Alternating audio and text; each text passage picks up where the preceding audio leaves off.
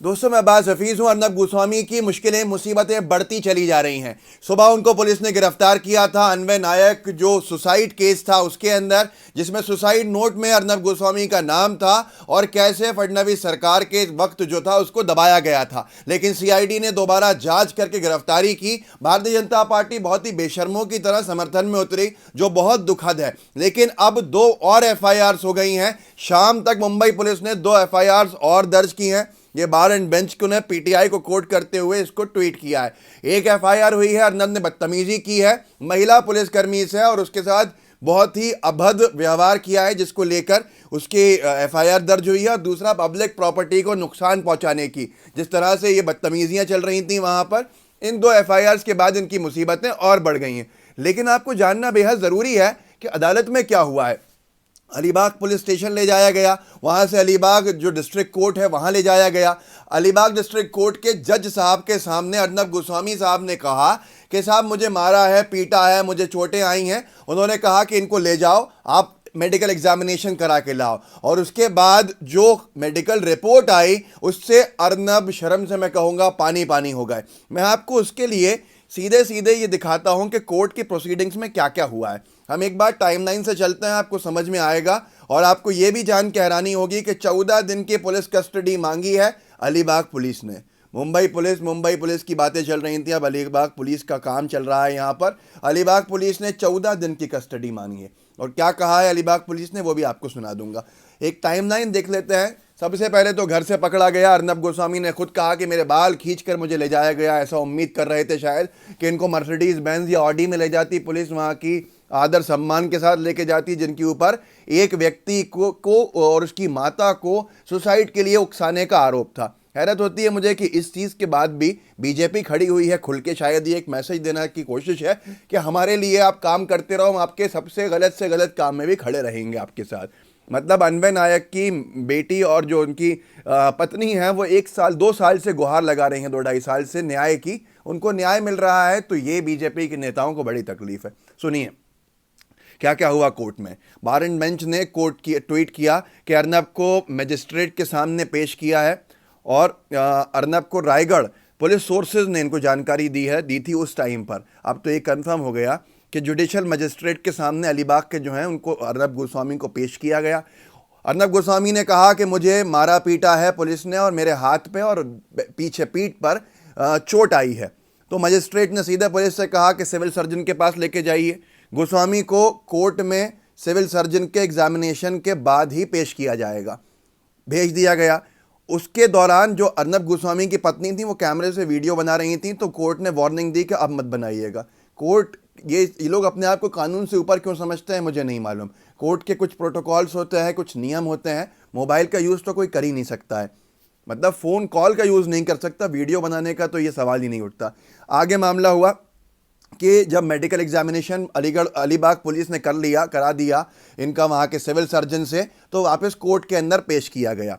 फिर कोर्ट के अंदर पेश होने के साथ साथ मेडिकल एग्जामिनेशन की रिपोर्ट वहाँ पर लगाई गई और उसके बाद पुलिस ने अपनी रिमांड एप्लीकेशन लगाई कि हमें 14 दिन का रिमांड चाहिए। ये बहुत ही असरदार और इन्फ्लुएंशियल शख्सियत हैं, ये केस को इन्फ्लुएंस कर सकते हैं।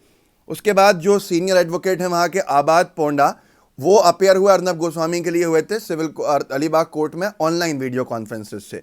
उन्होंने अपने पक्ष रखे और उसके बाद जो अलीबाग के डिस्ट्रिक्ट मजिस्ट्रेट थे उन्होंने साफ साफ कहा कि बिल्कुल भी कोई ऐसा जो है हमला जिसकी बात चल रही है चोट आने की, ये कुछ नहीं साबित होता है मेडिकल रिपोर्ट से। ये बात सरासर गलत है, कोई भी चोट नहीं आई है, तो ये डिसमिस करता हूँ, ये अपील ये नहीं मानी जाएगी। कोर्ट ने साफ कह दिया कि ये कुछ नहीं हुआ है, ना कोई चोट हुई है, ना कोई पिटाई हुई है, ना कुछ हुआ है। ये सब आपके कुक्ड अप स्टोरीज हैं, ये आपकी मेडिकल रिपोर्ट से साबित होता है।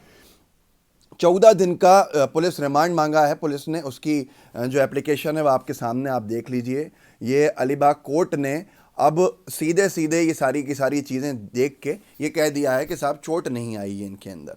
अब दुख की बात यह है दोस्तों कि ये 14 दिन जेल में रहेंगे ना रहेंगे, ये एक अलग बात है। हम आप में से कोई भी अगर पेशी के लिए जाता है, कोई अर्जेंट हेयरिंग भी होती है, तो 2 से 3 दिन का समय लगता है।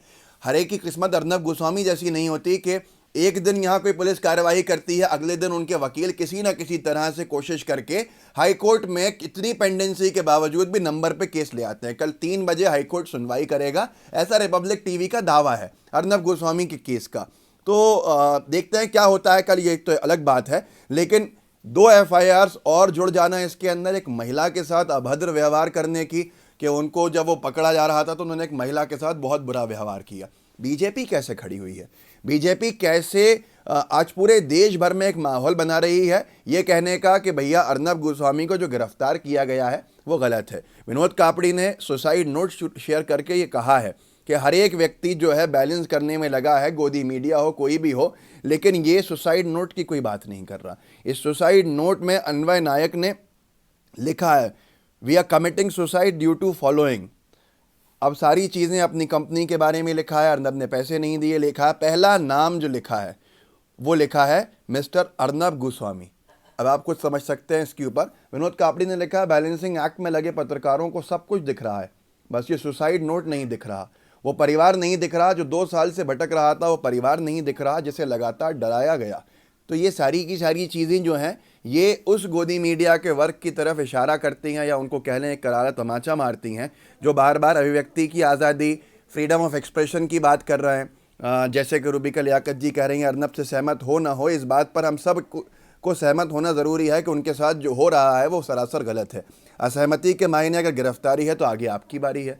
तो मैं यहाँ सवाल करता हूँ कि क्या अन्वय नायक को न्याय नहीं मिलना चाहिए? क्योंकि अर्नब एक पत्रकार हैं, अर्नब एक मीडिया से आते हैं जो महाराष्ट्र सरकार के खिलाफ बोल रहे हैं शुरू से, मनगढ़ंत कहानियां हों, मनगढ़ंत झूठे आरोप हों, कुछ भी हों, तो क्या अन्वय नायक को न्याय नहीं मिलेगा? क्या अन्वय नायक के सुसाइड नोट को बिल्कुल दरकिनार कर दिया जाएगा, कोई उस पर चर्चा नहीं करेगा? मैंने आपको सुसाइड नोट दिखाया है जो विनोद कापड़ी ने साझा किया, सुसाइड नोट की कोई बात ही नहीं कर रहा, अन्वय नायक के न्याय की कोई बात नहीं कर रहा। अक्षिता नायक का वीडियो आपने देखा, अन्वय नायक की पत्नी का, जिनके पति ने आत्महत्या कर ली और पति ने अपनी माता के साथ आत्महत्या की।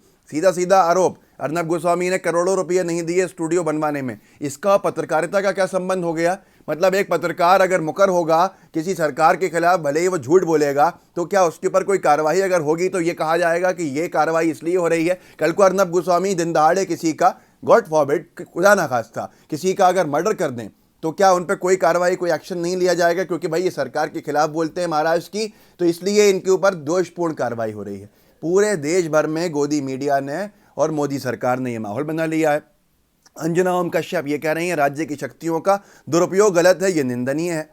अब ये कितनी मतलब चिंता का विषय। गिरिराज सिंह का बयान, प्रकाश जावड़ेकर जो इन्फॉर्मेशन ब्रॉडकास्टिंग मिनिस्टर हैं, मुंबई में प्रेस पत्रकारिता पर जो हमला हुआ है वो निंदनीय है। ये इमरजेंसी की तरह ही महाराष्ट्र सरकार की कार्रवाई, हम उसकी भर्त्सना करते हैं।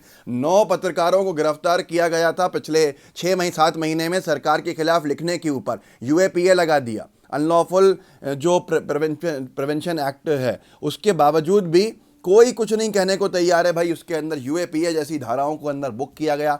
प्रशांत कनौजिया आपके सामने एक बड़ी मिसाल है। ये सब तो योगी जी की सरकार के अंदर हुआ, योगी जी आज अर्नब के हित के अंदर खड़े होकर बोल रहे हैं। तो ये सारी चीज़ें एक बहुत ही बड़ा चिंता का विषय भी है कि आपको सोचना होगा कि बीजेपी कैसे गलत चीज़ के लिए भी, गलत व्यक्ति की गलत बात के लिए भी सहारा देगी, समर्थन करेगी अगर वो उसका साथ देता है। ये एक मिसाल कायम करने के लिए कि जो बीजेपी का है वो कुछ भी कर सकता है।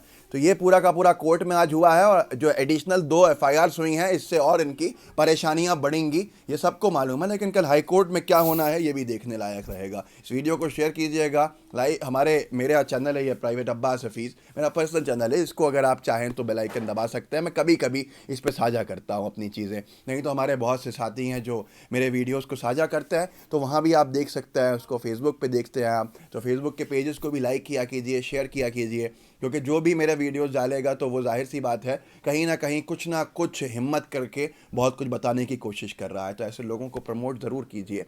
जय हिंद, जय भारत।